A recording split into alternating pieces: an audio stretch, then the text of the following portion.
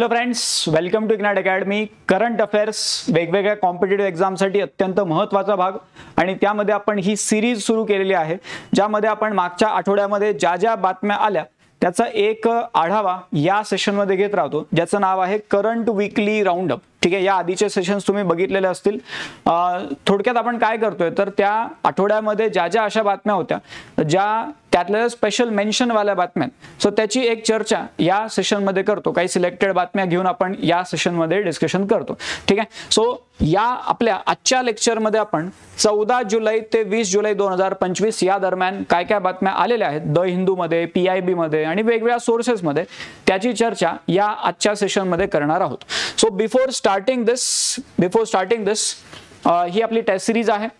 तुम्ही चेक करू शकता. MPSC राज्यसेवा पूर्व परीक्षेसाठी ही टेस्ट सिरीज आहे, जे आता 28 सप्टेंबरला जी परीक्षा आहे शेड्यूल जे दिलेलं आहे त्यानुसार या सगळ्या टेस्ट होतील. 20 जुलैला पहिली टेस्ट झालेली आहे राज्यशास्त्राची, त्याचा डिस्कशन व्हिडिओ देखील आपण टाकलेला आहे. सो प्रत्येक टेस्टचे असेच आपले डिस्कशन व्हिडिओ आणि जे सोल्युशन्स आहेत ते प्रिंटेड फॉर्मॅटमध्ये तुम्हाला मिळतील if you are joining in offline. Right, दोन्ही पद्धतीने अवेलेबल आहे आणि मराठी आणि इंग्लिश दोन्ही भाषांमध्ये तुम्हाला जसं आयोगाचा फॉर्मॅट आहे त्या पद्धतीने हे सगळे पेपर्स बघायला मिळतील. ठीक आहे, आपल्या इथे नंबर दिलेले आहेत, तिथे कॉल करून तुम्ही अजून अधिक माहिती घेऊ शकता. आपलं इग्नाइट अकॅडमीचं ॲप डाउनलोड करून घ्या, त्यामध्ये देखील तुम्हाला याबद्दलची इन्फॉर्मेशन मिळून जाईल. ठीक आहे, चालेल. देन आपले अजून एक जो करंट म्हटल्यावरती आपण 3 लेवलवरती काम करतोय. एक तर आहे किंवा डेली न्यूजपेपर रीडिंग आपण करतोय. रोज सकाळी सिलेबसमध्ये नेमक्या काय काय गोष्टी आहेत ज्या त्या बातम्यांसोबत जोडून बघता येतील याबद्दलची चर्चा आपण रोज सकाळी 10 वाजता करतो. ठीक आहे, daily Monday to Saturday daily आपण सकाळी 10 वाजता याची चर्चा करतो. त्यानंतर आपण काही issue specific current affair discuss करतो इन दिस सिरीज करंट कनेक्टमध्ये या सगळ्या वेगवेगळ्या मुद्द्यांवरती ऑलरेडी चर्चा आपली झालेली आहे. GI टॅग कॉन्ट्रोवर्सीवर एक व्हिडिओ आहे, एक्झिओम वरती एक व्हिडिओ आहे, QS वर्ल्ड युनिव्हर्सिटी रँकिंग वरती व्हिडिओ आपण बनवलेला आहे. त्यानंतर एव्हिएशन सिक्युरिटी, अहमदाबादमध्ये जो ॲक्सिडेंट झाला त्याच्या अनुषंगाने एव्हिएशन सिक्युरिटी इन इंडिया याबद्दलची चर्चा झालेली आहे. डॉन्की रूट ते मध्ये बरेच चर्चेमध्ये होतं, त्याच्यावरती पण आपण एक व्हिडिओ केलेला आहे. आणि रिसेंटली फास्ट फूड बद्दल किंवा कसे त्याचे हेल्थ इम्प्लिकेशन्स आहेत याबद्दलचं एक व्हिडिओ आपण कालच या सेशनमध्ये केलेला आहे करंट कनेक्टच्या एपिसोड नंबर 6 मध्ये. ठीक आहे, सो स्टार्ट करू आपण मग आजच्या या सेशनला. आपली ही राज्यसेवा पूर्व परीक्षेची देखील पूर्व आणि मुख्य अशी बॅच आहे, ही पण तुम्ही चेक करू शकता. ऑनलाईन आणि ऑफलाईन दोन्ही पद्धतीने आपल्याला हे पूर्ण कोर्स जो आहे हा तिथे अवेलेबल होणार आहे. आपले पुणे, नाशिक आणि छत्रपती संभाजीनगरला जे सेंटर्स आहेत इथे तुम्हाला ऑफलाईन मध्ये देखील ही बॅच जॉईन करता येऊ शकेल. अधिक माहितीसाठी या नंबरवरती कॉल करून घ्या. ठीक आहे, देन काही जे आपले ऑनलाईन मधले जे कोर्सेस आहेत त्या कोर्सेसमध्ये तुम्हाला डिस्काउंट जर पाहिजे असेल तर MK10 हा कूपन कोड तुम्ही वापरू शकता, ज्याच्याने तुम्हाला 10% तुमच्या ज्या काही कोर्सची कॉस्ट आहे त्याच्यामध्ये 10% डिस्काउंट मिळून जाणार. ठीक आहे, so let start with this newspaper नाव. जे वेगवेगळे महत्त्वाच्या बातम्या आहेत सो त्या आपण या फॉर्मॅटमध्ये डिस्कस करू या सेशनमध्ये. 14 जुलै ते 20 जुलै दरम्यानच्या सगळ्या बातम्या आहेत. आसाम म्हणल्यावरती काझीरंगा नॅशनल पार्क खूप महत्त्वाचा आहे आणि काझीरंगा जेव्हा डोक्यात येते त्यावेळेस तुम्हाला तिथे 1 हॉर्न रायनोसेरोस डोक्यामध्ये येतो. पण रायनो सोडून पण अजून काही गोष्टी आहेत ज्या तिथल्या फेमस आहेत असं म्हणतात. आणि मग त्यामध्ये ग्रासलँड बर्ड्स जे आहेत, हे असे जे पक्षी आपल्याला इथे दिसत आहेत, सो हे तिथले बरेच फेमस पक्षी राहतात. बऱ्यापैकी त्या भागामध्ये आपल्याला पक्षी देखील बघायला मिळतात. तर मग याचा सर्वे झाला होता आणि त्या सर्वे मधून मग तिथल्या वेगवेगळ्या पक्ष्यांबद्दलची माहिती आली होती. आता या पूर्ण बातमीमध्ये फक्त काय महत्वाचं आहे आपल्याला तर ते पक्ष्यांची नावं. बऱ्याचदा काय होते, काही नावं देतात ते आणि ते विचारतात की हे काय आहे, तर आपल्याला माहिती पाहिजे की हे पक्षी आहेत. सो त्या अँगलनी इथे सगळे नावं आलेले आहेत. बघा काय काय म्हणलेलं आहे, त्यांचे IUCN स्टेटस पण दिलेले आहेत. क्रिटिकली एंडेंजर्ड मध्ये बेंगॉल फ्लोरिकन आहे, त्यानंतर एंडेंजर्ड मध्ये फिन्स विवर आहे आणि त्यासोबतच स्वॅम्प ग्रास बॅबलर नावाचा पक्षी. आता उगा असे नावं जर ऐकले तुम्ही तर तुम्हाला लगेच लक्षात येत नाही ना की पक्षी आहे, झाड आहे, काय आहे नेमकं. सो हे त्यामुळे माहिती पाहिजे आपल्याला. त्यानंतर मग बाकी वल्नरेबल कॅटेगरीमध्ये ब्लॅक ब्रिस्टेड पॅरटबिल नावाचा पक्षी आहे, मार्श बॅबलर आहे, स्वॅम्प फ्रँकोलिन आहे, जेरडॉन बॅबलर आहे, स्लेंडर बिल्ड बॅबलर आहे आणि ब्रिस्टल्ड ग्रासबर्ड आहे.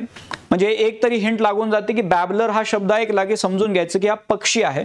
आणि बाकी मग इथे काझीरंगाच्या भागामध्ये नेमकं कशा पद्धतीने पॅच आहे तो पण दिलेला आहे. काझीरंगा, आता कधी कधी असं होतं किंवा काझीरंगा नॅशनल पार्क मध्ये नेमकं कशा पद्धतीचे इकोसिस्टीम आहेत, तर तिथे त्यांनी सांगितलेलं आहे की it is a mix of grassland, forest land and wetland. काही भागात वेटलँड एरिया पण आहे काझीरंगामध्ये.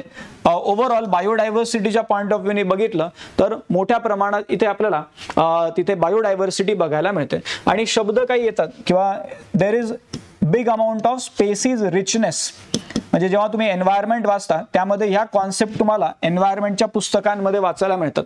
स्पेसिस रिचनेस काय आहे, स्पेसिस इव्हननेस काय आहे, असे शब्द आपल्याला हे न्यूजमध्ये तसे रेग्युलरली येत राहतात. त्याला पण आपल्याला व्यवस्थितपणे बघणं गरजेचं आहे. ठीक आहे. Then a key highlight of study was deployment of passive acoustic recorder enabling non-invasive and continuous monitoring even in inaccessible high risk areas. म्हणजे तिथे टेक्नॉलॉजीचा पण वापर झालेला आहे in overall analyzing the biodiversity. Crux जर बघितला तर पक्ष्यांचे नावं लक्षात ठेवा आणि काझीरंगाचं नेमकं फॉरेस्ट इकोसिस्टीम कशी आहे, कोणत्या कोणत्या प्रकारचे फॉरेस्ट आहेत तिथे ते पण एकदा बघून घ्या. आणि स्पेसिस रिचनेस इव्हननेस या कॉन्सेप्ट स्टॅटिक मधून कव्हर करा. अशी पूर्ण बातमी आहे जी आपल्याला मागच्या आठवड्यामध्ये बघायला मिळाली एन्व्हायरमेंट पर्स्पेक्टिव्हने. पुढची बातमी बघा, ही पॉलिटीच्या पर्स्पेक्टिव्हने आपल्याला दिसते किंवा कोर्टामध्ये हे स्टेटमेंट झालेले आहेत किंवा abuse of right to free speech increasing on social media. म्हणजे राईट टू फ्री स्पीच आहे म्हणून उगाच काहीतरी फेसबुक उघडलं काहीतरी टाईप करत बसला असं नाही केलं पाहिजे. So that is nothing but abuse of right to free speech असं सुप्रीम कोर्टाचं म्हणणं आहे. आणि त्यांनी इथे म्हटलेलं आहे किंवा काही ना काहीतरी प्रमाणात सेल्फ रिस्ट्रेंट तिथे असला पाहिजे. म्हणजे तुमच्याकडे तुम्हाला ओपन गोष्टी आहेत सगळ्या सोशल मीडियावरती म्हणून काही टाईप करू नका. म्हणजे समोरच्याचेही तिथे डिग्निटी, त्यानंतर समोरच्याचे पण राईट आहेत ते पण तुम्ही बघा. इथे मग कोट करताना त्यांनी म्हटलेलं की तुमच्याकडे राईट आहेत तर प्रिॲम्बल पण आहे ना आपल्याकडे. प्रिॲम्बल मध्ये पण आपण डिग्निटी ऑफ इंडिव्हिज्युअल बद्दल बोलतो, डिग्निटी बद्दल मेन्शन केलेलं आहे प्रिॲम्बल मध्ये. त्यासोबतच आपण जर बघितलं तर आपल्याकडे जर फंडामेंटल राईट आहेत तर त्या फंडामेंटल राईट म्हणजे अनलिमिटेड नाही आहेत ना, there are some reasonable restriction also. मग कोर्टाने ते पण सांगितलं किंवा राईट्स आहेत पण रिझनेबल रेस्ट्रिक्शन्स पण आहेत. सो त्याचंही तुम्ही काय केलं पाहिजे तर त्या गोष्टीही लक्षात ठेवल्या पाहिजेत. सो या पद्धतीने कोर्टाने इथे काय केलेलं आहे तर इथे स्टेटमेंट्स केलेले आहेत. ठीक आहे. सो बाकी या गोष्टी तेवढ्या इम्पॉर्टंट नाही बट स्टेटमेंट जरी आपल्याला माहिती पाहिजे. Abuse of right to free speech increasing on social media, मग हे 2-3 पॉईंट येतात, प्रिॲम्बल, रिझनेबल रेस्ट्रिक्शन्स, या सगळ्या गोष्टी. मग freedom of speech and expression ते आर्टिकल जे आहे ते पण व्यवस्थितपणे बघून घेणं स्टॅटिक मधून गरजेचं आहे. ठीक आहे. सो ही एक बातमी होती जी पॉलिटीच्या अँगलनी होती. त्यानंतर पुढची बातमी येते, नवीन गव्हर्नर्स अपॉइंट केले गेले होते फॉर हरियाणा, गोवा, लडाख आणि फॉर हरियाणा आणि गोवा. लडाखमध्ये तर ते नवीन LG आलेले. ठीक आहे. ही बातमी आहे. आता हे यामध्ये काय किंवा जेव्हा तुम्ही हा व्हिडिओ बघणार त्यावेळेस ऑलरेडी म्हणजे त्याच दिवशीच्या पेपरमध्ये ही बातमी आलेली आहे. असीम कुमार घोष हे आता अपॉइंट झाले. म्हणजे ही बातमी आलेली होती पण नंतर हळूहळू त्यांची अपॉइंटमेंट फॉर्मली तिथे होणार होत्या. तर ही बातमी जी आहे किंवा हरियाणा आणि गोवामध्ये नवीन गव्हर्नर आलेले आहेत आणि लडाखमध्ये नवीन लेफ्टनंट गव्हर्नर आलेले आहेत. ठीक आहे. तर मग हे आपल्याला पूर्ण प्रोसेस माहिती पाहिजे किंवा हे कोण कोण आलेले आहेत अपॉइंटमेंट्स मधून प्रिलिम्स मध्ये प्रश्न विचारला जाऊ शकतो. मग त्यामध्ये कविंदर गुप्ता, त्यानंतर असीम कुमार घोष आणि पुष्पती अशोक गजापती राजू असे 3 व्यक्ती आपल्याला इथे दिसतात. आणि यामध्ये कविंदर गुप्ता हे लडाखचे लेफ्टनंट गव्हर्नर झालेले आहेत. त्यानंतर असीम कुमार घोष हे हरियाणाचे गव्हर्नर झालेले आहेत आणि त्यानंतर जे पुष्पती अशोक गजपती राजू हे गोवाचे गव्हर्नर झालेले आहेत. आपल्याला याच्या बेसिक गोष्टी किंवा गव्हर्नरची ओथ जी आहे शपथविधी कोणाद्वारे होतो तर ते जे चीफ जस्टिस असतात त्या भागातल्या हायकोर्टचे त्यांच्याद्वारे होतो. जसं आता ही बातमी जी आलेली आहे असीम कुमार घोष यांच्याबद्दल पुन्हा द हिंदूमध्ये आलेलंच होतं किंवा जे पंजाब आणि हरियाणा हायकोर्टचे जे चीफ जस्टिस आहेत त्यांनी तिथे काय केलेलं आहे तर त्यांचं ओथ ऍडमिनिस्टर केलेली आहे. मग या 3 अपॉइंटमेंट फक्त आपल्याला माहिती पाहिजे, बाकी बॅकग्राऊंड वगैरे तेवढं लक्षात ठेवायची गरज नाहीये. बट या 3 अपॉइंटमेंट्स आपल्याला इथे माहिती पाहिजे ज्या आपल्याला द हिंदूमध्ये प्रॉपरली मेन्शन झालेला दिसेल. म्हणजे इव्हन जर आपण म्हणलं की एवढंच जरी लक्षात ठेवलं तरी बस झालं. बाकी मग ते गव्हर्नर बद्दल आपण तसंही वाचतो आपल्या स्टॅटिक पार्टमध्ये, राईट. सो तो एक भाग झाला. देन काही काही ग्लोबल लेवलवरती घडामोडी आपल्याला माहिती पाहिजे किंवा व्हिएतनाम जे आहे, Vietnam to ban fossil fuel motorcycle in capital. पूर्ण देशभरामध्ये नाही तर जे त्यांची राजधानी आहे, व्हिएतनामची राजधानी काय आहे तर हनोई नावाची राजधानी आहे व्हिएतनामची. हनोईमध्ये ते म्हणतायत की आम्ही काय करतोय तर फॉसिल फ्युएल म्हणजे पेट्रोल डिझेलवर चालणाऱ्या ज्या मोटरसायकल्स आहेत त्या आम्ही बॅन करतोय. ठीक आहे, हे व्हिएतनाम करतोय. आपण असं विचारू शकतो की रिसेंटली कोणता देश आहे जे अशा प्रकारची स्टेप घेत आहे, तर मग आपल्याला माहिती पाहिजे की व्हिएतनाम आहे. मग ते कशाचा वापर करायचं म्हणणार, मग गाडी कशावर चालवणार, ते पाण्यावर तर नाही चालवणार, राईट. सो गाडी चालवणार कशावर, तर मग ते म्हणताय की इलेक्ट्रिक व्हेकल्सचा मार्ग ते तिथे एक्सप्लोर करताय. आणि हे ऑब्व्हियसली कशासाठी येतं, पोल्युशनला कर्ब करण्यासाठी हा इथे इनिशिएटिव्ह घेतला जातोय. मग लगेच आता उद्यापासून गाड्या बंद करा म्हणलेलं आहे का, नाही.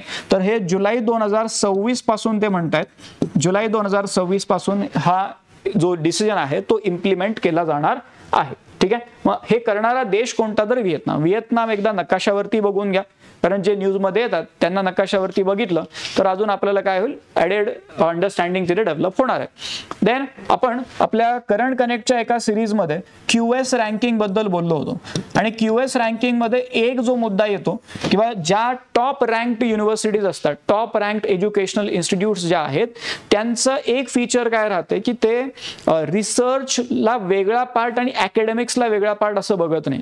सो मोस्टली एक आपण जे कॉमन फीचर जे बघतो किंवा रिसर्च आणि अकॅडमिक पार्ट हा एकाच इन्स्टिट्यूशन मध्ये होतो. म्हणजे अकॅडमिक इन्स्टिट्यूशन्स हे रिसर्च मध्ये पण बऱ्यापैकी तिथे रोल प्ले करतात. आणि इंडियाच्या बाबतीमध्ये जर बघितलं तर सुरुवातीला तो भाग थोडासा लॅगिंग होता, पण आता हळूहळू रिसर्च मध्ये आपण अकॅडमिक इन्स्टिट्यूशन्स पण आपल्या बऱ्यापैकी रोल प्ले करतात. सो त्याच बद्दलची बातमी आहे किंवा new fellowship to bolster research in state universities. मग त्यासाठी आपण हा नवीन इनिशिएटिव्ह सुरू केलेला आहे. आणि हे बेसिकली कोणी केलेलं आहे तर इथे एक ऑर्गनायझेशन आहे, अनुसंधान नॅशनल रिसर्च फाउंडेशन, जे नवीन इन्स्टिट्यूट बनलेली आहे फॉर फंडिंग सायंटिफिक रिसर्च. त्यांनी ही एक फेलोशिप सुरू केलेली आहे. फेलोशिपचं नाव आहे प्राईम मिनिस्टर प्रोफेसरशिप. ठीक आहे, सो ANRF बद्दल एक बघून ठेवणं गरजेचं आहे. अनुसंधान नॅशनल रिसर्च फाउंडेशन यांनी चालू केलेलं आहे प्राईम मिनिस्टर प्रोफेसरशिप. आणि यामध्ये मग जगामधल्या वेगवेगळ्या भागांमधून लोकांना बोलवलं जाणार आहे. आता आधी जर आपण बघितलं, प्रत्येक जो सिलेक्टेड प्रोफेसर असणार आहेत त्यांना दरवर्षी 30 लाख रुपयाचं तिथे अॅन्युअल फेलोशिप मिळणार आहे. आणि त्यानंतर मग 24 लाख रुपये रिसर्च ग्रँट मिळणार आहे for various other purpose also, कन्झ्युमेबल, domestic travel, equipment यासाठी. त्यानंतर ओव्हरहेड चार्जेस पण तिथे पे केले जातील 1 लाख पर इयर. म्हणजे एक चांगल्या पद्धतीने हे केलं जाणार आहे. आधी अशा प्रकारचं पहिल्यांदाच झालं का, तर ह्या आधीही अशा गोष्टी झालेल्या आहेत. There was organisation called SERB, science and engineering research board. आता हे बंद केलं गेलेलं आहे आणि त्याच्या जागी आता हे अनुसंधान नॅशनल रिसर्च फाउंडेशन आलेलं आहे. सो SERB द्वारे पण हे चालवलं जायचं, पण त्यावेळेस ज्या अमाऊंट होत्या त्या 20 लाख पर इयर एवढं अॅन्युअल फेलोशिप होती. आणि आता हे 30 लाख रुपये पर इयर ही अॅन्युअल फेलोशिप आहे. ठीक आहे, बाकी या गोष्टी पुढे त्यांनी दिलेल्या आहेत. There is one more point जो आपल्याला इथे नोट करायचा आहे. There is this initiative called pair initiative. ठीक आहे, पेयर नावाचं इनिशिएटिव्ह आहे. पेयर इनिशिएटिव्ह म्हणजे काय तर promoting advanced and inclusive research. तर हा पेयर नावाचा प्रोग्राम कोणाचा प्रोग्राम आहे तर हा ANRF, अनुसंधान नॅशनल रिसर्च फाउंडेशनचा हा प्रोग्राम आहे. ठीक आहे, नाव काय त्याचं, promoting advanced and inclusive research. ठीक आहे, वेगवेगळ्या युनिव्हर्सिटीजमध्ये रिसर्चला प्रमोट करण्यासाठी हा पण एक प्रोग्राम अनाऊन्स केला गेलेला आहे. ठीक आहे, एवढ्या जरी गोष्टी लक्षात राहिल्या तरी आपलं प्रिलिम्सचं काम होऊन जाईल आणि मेनसाठी बऱ्यापैकी आपल्याला तिथे कंटेंट लिहिण्यासाठी आपल्याला अवेलेबल होईल.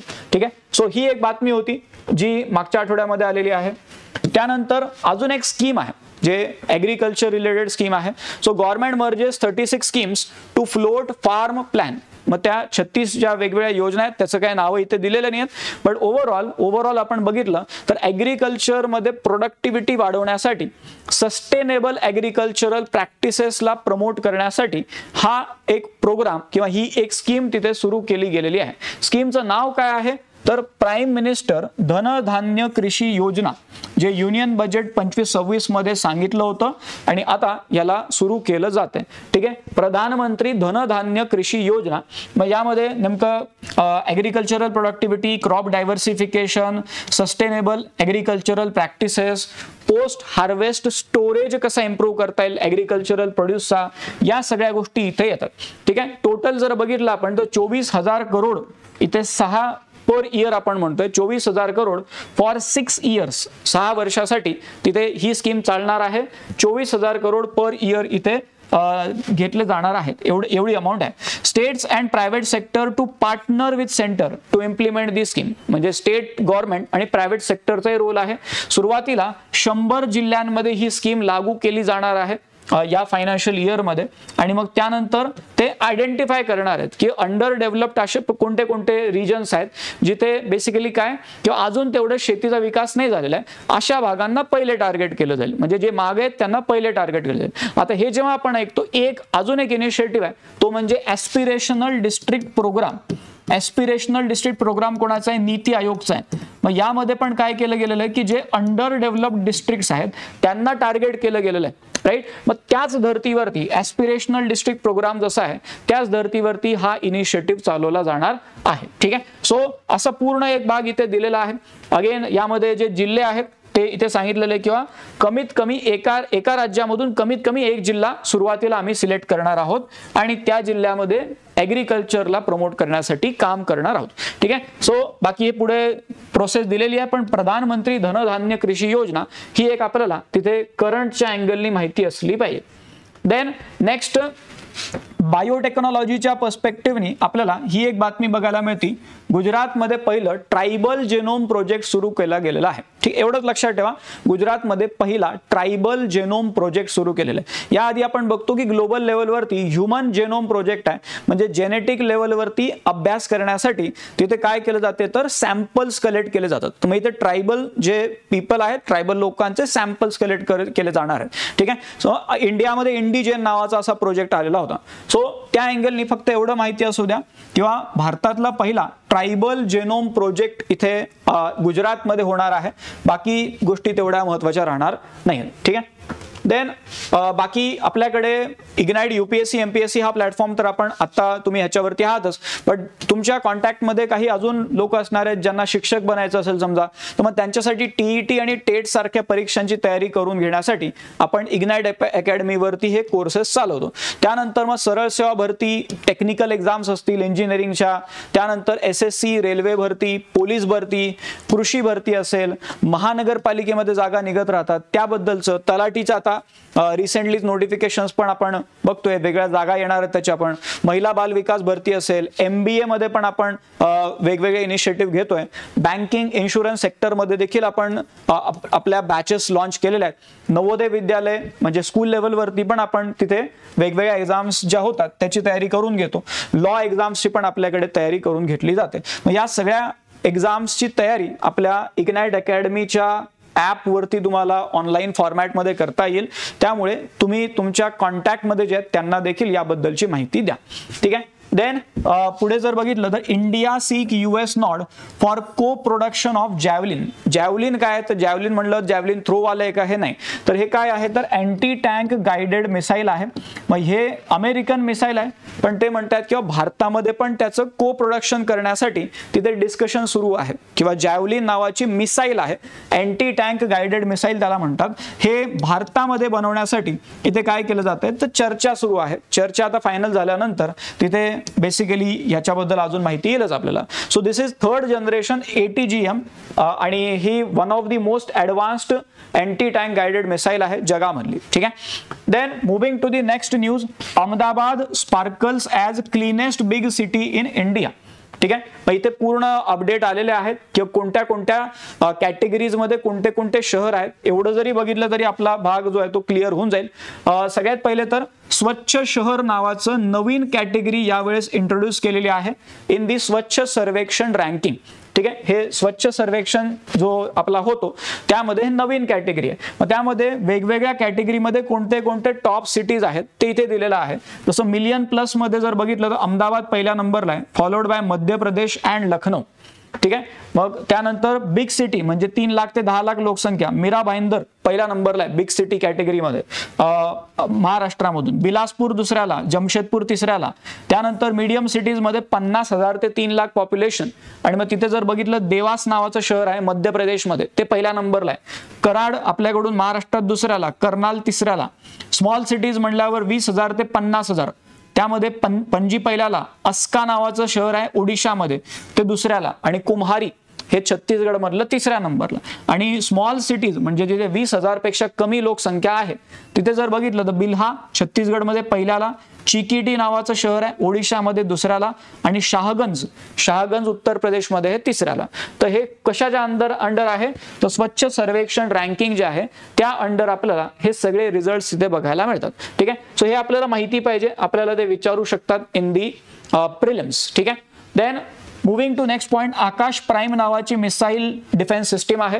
ही सक्सेसफुली लॉन्च केली गेली, टेस्ट केली गेली लडाखमध्ये आर्मीकडून. तर आकाश प्राईम काय आहे तेवढं आपल्याला इथे माहिती पाहिजे. आकाश प्राईम काय तर indigenously developed air defence system आहे, त्याचं नाव आहे आकाश प्राईम. ठीक आहे. हे काय आहे indigenously developed air defence system आहे. DRDO द्वारे हे डेव्हलप केली गेलेली मिसाईल डिफेन्स सिस्टीम आहे. कोणाद्वारे तर DRDO द्वारे ही डेव्हलप केली गेलेली मिसाईल डिफेन्स सिस्टीम आहे. ठीक आहे. चंदीपूर ओडिशा मधून त्यांनी एकतर हे लडाखमध्ये हे टेस्टिंग झालेलं आहे, पण अजून आपल्या जे एक्झिस्टिंग आहेत त्याचं पण टेस्टिंग चालू राहते. जसं पृथ्वी नावाची मिसाईल आहे, अग्नी नावाची मिसाईल आहे, त्याच्या पण टेस्टिंग झालेल्या आहेत. या चंदीपूर इंटिग्रेटेड टेस्ट रेंज चंदीपूर ओडिशा इथून त्याच्या टेस्टिंग झालेल्या आहेत. ठीक आहे. सो या प्रकारचे जे वेपन्स आहेत त्याबद्दल आपल्याला रेग्युलरली अपडेट घेत राहणं गरजेचं आहे, आणि त्यामध्ये ही अजून एक बातमी. ठीक आहे. त्यानंतर TRF म्हणजे काय, द रेजिस्टंट फ्रंट, याला अमेरिकेने टेरर लिस्ट मध्ये ऍड केलेले. जे पहलगाम स्ट्राईक जे झालेलं होतं, अटॅक जे झाले होते, त्या पहलगाम टेरर अटॅक मध्ये जे रिस्पॉन्सिबल आहे TRF, त्यांना आता टेरर लिस्ट मध्ये अमेरिकेने टाकलेलं. मग नेमकं काय डेझिग्नेशन दिले हे आपल्याला तिथे महत्वाचं आहे. त्यांना एकतर स्पेशली डेझिग्नेटेड ग्लोबल टेररिस्ट या कॅटेगरीमध्ये ऍड केलेलं आहे, आणि फॉरेन टेररिस्ट ऑर्गनायझेशन म्हणून त्यांना ऍड केलं गेलेलं आहे. सो हे कोणी केलं असं विचारलं जाऊ शकते, तर हे अमेरिकेने केलेलं आहे, हे आपल्याला तिथे माहिती पाहिजे.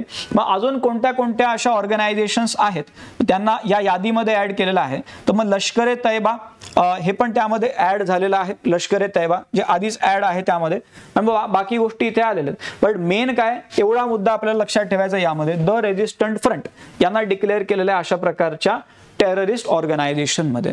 त्यानंतर आपल्याकडे महाराष्ट्र गव्हर्नमेंटने हा निर्णय घेतलेला आहे, किंवा इस्लामपूर, सांगली जिल्ह्यामधलं इस्लामपूर जे आहे याचं नाव बदलून आता काय ठेवलेलं आहे, ईश्वरपूर हे नाव ठेवलेलं आहे. ठीक आहे. तर हे आपल्याला माहिती पाहिजे, इस्लामपूर म्हणजे कुठे आहे तर सांगली जिल्ह्यामध्ये आपल्याकडे येते, आणि त्याचं नाव आता बदललेलं आहे, नाव बदलून ईश्वरपूर केलेलं आहे. देन पुढे जर बघितलं तर आपल्याकडे एक डायव्हिंग सपोर्ट वेसल आलेले, रेस्क्यू ऑपरेशन्स मध्ये कामात येऊ शकेल. डायव्हिंग सपोर्ट वेसल आहे, आणि भारतातलं पहिलं इंडिजिनस अशा प्रकारचं हे डायव्हिंग सपोर्ट वेसल आहे. त्याचं नाव आहे निस्तर, NISTER, निस्तर म्हणा किंवा निस्तार म्हणा. ठीक आहे. सो हे नेव्ही मध्ये कमिशन केलं गेलेलं आहे. ऑलरेडी याच्या बातम्या मागच्या आठवड्यामध्ये आलेल्या होत्या. फक्त हे माहिती असू द्या, INS निस्तार हे काय आहे तर हे इंडिजिनस डायव्हिंग सपोर्ट वेसल आहे, जे नेव्ही काय करणार आहे तर रेस्क्यू ऑपरेशन्स मध्ये वापरणार आहे. कोणी बनवलेलं आहे हे तर हिंदुस्तान शिपयार्ड लिमिटेडनी ह्याला बनवलेलं आहे. हे पण आपल्याला तिथे माहिती असलं पाहिजे. ठीक आहे. कधी कधी विचारतात तर मग INS निस्तार काय आहे तर हे डायव्हिंग सपोर्ट वेसल आहे, ते आपल्याला माहिती पाहिजे. त्यानंतर आपल्याकडे रोड सेफ्टी हा एक क्रिटिकल इश्यू आहे. रोड ऍक्सिडेंट्स बद्दल आपण जे नंबर्स ऐकतो, these are quite you can say shocking numbers, जेवढ्या डेथ होतात रोड ऍक्सिडेंटमुळे. आणि मग इथे रोड सेफ्टीसाठी एक नवीन टेक्नॉलॉजी, बऱ्याचदा काय होतं रस्त्यावरती क्रॅक्स वगैरे असतात, राईट, आणि मग त्यामुळे ऍक्सिडेंट होऊ शकतात. तर मग त्या क्रॅक्स भरून काढण्यासाठी एक नवीन टेक्नॉलॉजी वापरली जाते, त्याला म्हटलं गेलेलं आहे glass grid rapid technology. Glass grid rapid technology. आता या टेक्नॉलॉजीमध्ये काय केलं जाईल तर क्रॅक जे आहेत त्या क्रॅक मध्ये काचेचा चुरा भरला जाईल. तुम्ही म्हणा टायर पंक्चर व्हायचं सर, पण ते बेसिकली एकदम बारीक फाईन पावडर राहते ती, आणि त्यामुळे त्या रस्त्याला प्रॉपर स्ट्रेंथ येते. असे एक्सपेरिमेंट केले गेलेले आहेत IIT मधल्या वेगवेगळ्या प्रोफेशनल्स कडून, IIT मधल्या अकॅडमिशियन्स कडून. सो त्यामुळे ही जी टेक्नॉलॉजी आहे याची टेस्टिंग करणार आहे national highway authority of India, आणि मग त्यामुळे हे न्यूज मध्ये आलेलं होतं. सो आपल्याला माहिती पाहिजे ग्लास ग्रिड रॅपिड टेक्नॉलॉजी ही रोड सेफ्टी बद्दलची ही टेक्नॉलॉजी आहे. ठीक आहे. सो इथपर्यंत आपला हा सगळा भाग इथे झाला, ज्यामध्ये आपण मागच्या आठवड्यामधल्या सगळ्या ज्या बातम्या आहेत त्याचा एक ओव्हरव्ह्यू घेतला. इथे हे जे काही नोट्स आपण आता डिस्कस केले ते तुम्हाला इग्नाइट UPSC MPSC ह्या आपल्या टेलिग्राम चॅनलवरती अवेलेबल होऊन जातील. त्यामुळे चॅनलला सबस्क्राईब करून ठेवा. त्यानंतर आपलं जे इग्नाइट अकॅडमीचं ॲप आहे ते डाउनलोड करून घ्या. यूट्यूब चॅनलला सबस्क्राईब केलंच असेल तुम्ही, नसेल केलं तर करून घ्या. आपण नवीन इनिशिएटिव्ह रेग्युलरली यावरती घेतोय, त्याचे अपडेट्स तुम्हाला मग तिथे येत राहतील. काही डाऊट्स असले तर तुम्ही या नंबरवरती कॉल करू शकता. आणि बाकी रिसेंटली जर आपण म्हणलं तर ही टेस्ट सिरीज आहे, पुन्हा एकदा रिमाइंड करून देतो, ही टेस्ट सिरीज ही इथे शेड्यूल दिलेला आहे प्रॉपरली आयोगाच्या फॉर्मॅटमध्ये. ही सगळी तयारी आपण करून घेतोय, पूर्ण प्रॅक्टिस करून घेतोय, आणि ती सुरू झालेली 20 जुलैपासून. त्यामुळे लवकरात लवकर तुम्ही या इनिशिएटिव्हला जॉईन व्हा. बाकी इथे डिटेल दाखवलेलाच आहे, नंबर दिलेला आहे, खाली स्क्रोल पण होत आहेत नंबर, त्यावरती पण तुम्ही कॉल करून माहिती घेऊ शकता. ठीक आहे, चालेल. मग आता आपण इथे थांबू. पुढच्या आठवड्यामध्ये अशाच महत्त्वाच्या बातम्या घेऊन पुन्हा एकदा आपण भेटू. आता थांबू आपण. Thank you very much.